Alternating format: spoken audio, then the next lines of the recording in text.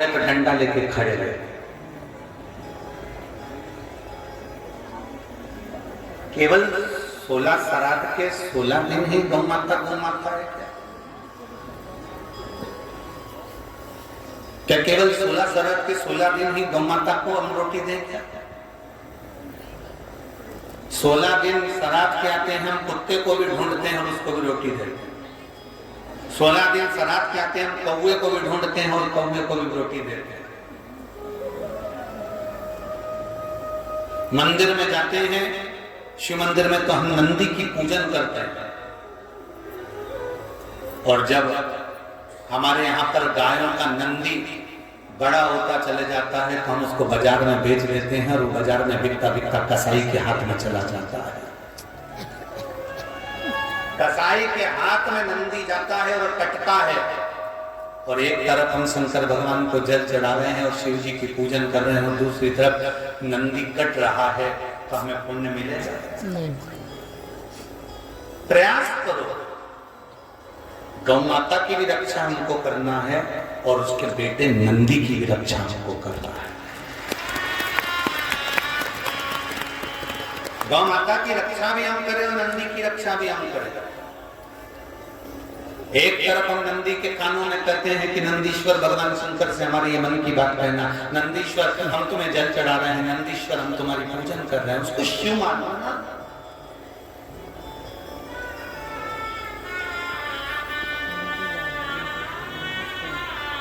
हमारी सीहोर की गौशाला में गायों के बहुत सारे, हमारे यहाँ बछड़ी तो कम होती है, बछिया कम होती है और बछड़ा ज्यादा होता है, तो नंदी बहुत सारे हो गए। अब दूसरे गांव के लोग आते हैं, वो कहते हैं साहब हमको वो नंदी दे दीजिए हमको। हम जानते हैं वो जब तक नंदी को लेकर जा रहे हैं तो वो काम करेंगे, तब तक उस नंदी को रखेंगे, पर उसके बाद उस नंदी को कहीं ना कहीं बेच देंगे।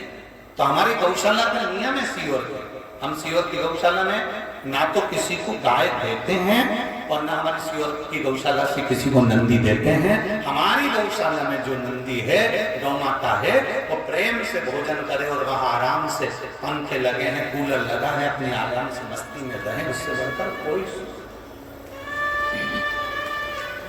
और ये आनंद के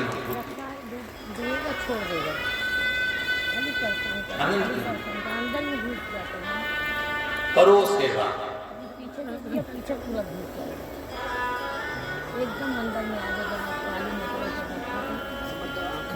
गाय को रोटी दे दी, नंदी दरवाजे पर खड़ा हुआ, डंडा मारकर भगा। नहीं नहीं, हकदार है वो धर्म है, जिस धर्म पर भगवान शिव बैठे हैं। भगवान शंकर जिसके ऊपर विराजमान, धर्म की रक्षा करना हमारा फर्ज है। हम सभी तो चिल्ला चिल्ला कर कहते हैं धर्म की, अधर्म का प्राणियों में विश्व का कब होगा? नहीं, आप रोज बोलते हो विश्व का, तो कल्याण होने के लिए भी तो अपने को करना पड़ेगा कोई, परंतु ये लोग कह देते हैं कि विश्व का कल्याण हो, विश्व का कल्याण हो, है एक तरफ कह देते कल्याण और दूसरी तरफ अगर कहीं मालूम पड़े कोई बिस्कुट बट रहा हो, पानी की बोतल बट रही हो, तो पहले अपने कल्याण की सोचते हैं, विश्व के कल्याण को तो ध्यान है।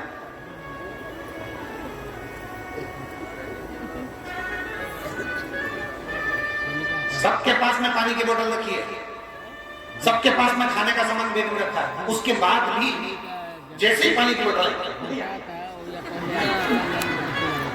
और आवाज लगा करके कह रहे विश्व का, अरे उस पानी वाले से कहो ये इसके अंदर पानी मत दे, उसके अंदर पानी मत दे, जो धूप में बैठा है 3 घंटे से उसको पानी दे, तो विश्व का कल्याण।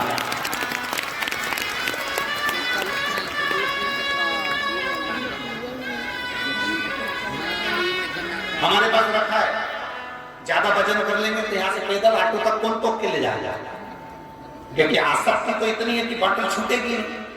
और भरी हुई बटल और नहीं छूटेंगे, तो ये 2-4 बटल को उठा के कौन ले जाएगा? अपने से अपने वजन में चल गए, धीरे धीरे चलते चलते तो अपन ऑटो तक पहुंचेंगे, रिक्शे तक पहुंचेंगे, गाड़ी तक पहुंचेंगे। तो भैया जिसको जरूरत है उसको दे दो, और हमारे पास एक बोतल ज्यादा रखी है, ये भी ले जाए, उसको बांट पाए। क्या करेंगे हम? थोड़ा सा पानी पीना है, ज्यादा पी लेंगे, जाने का रास्ता भी नहीं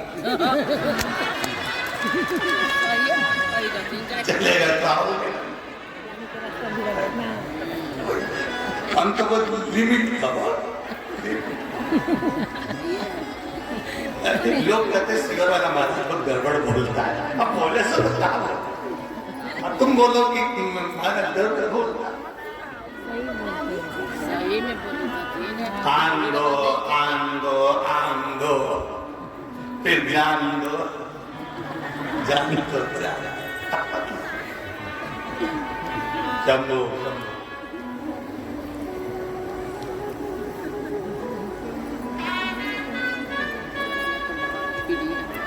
जय जोहार।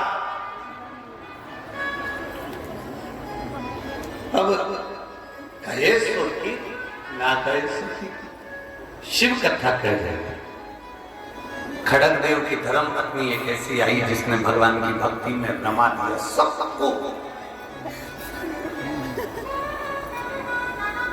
सबको रमा दिया।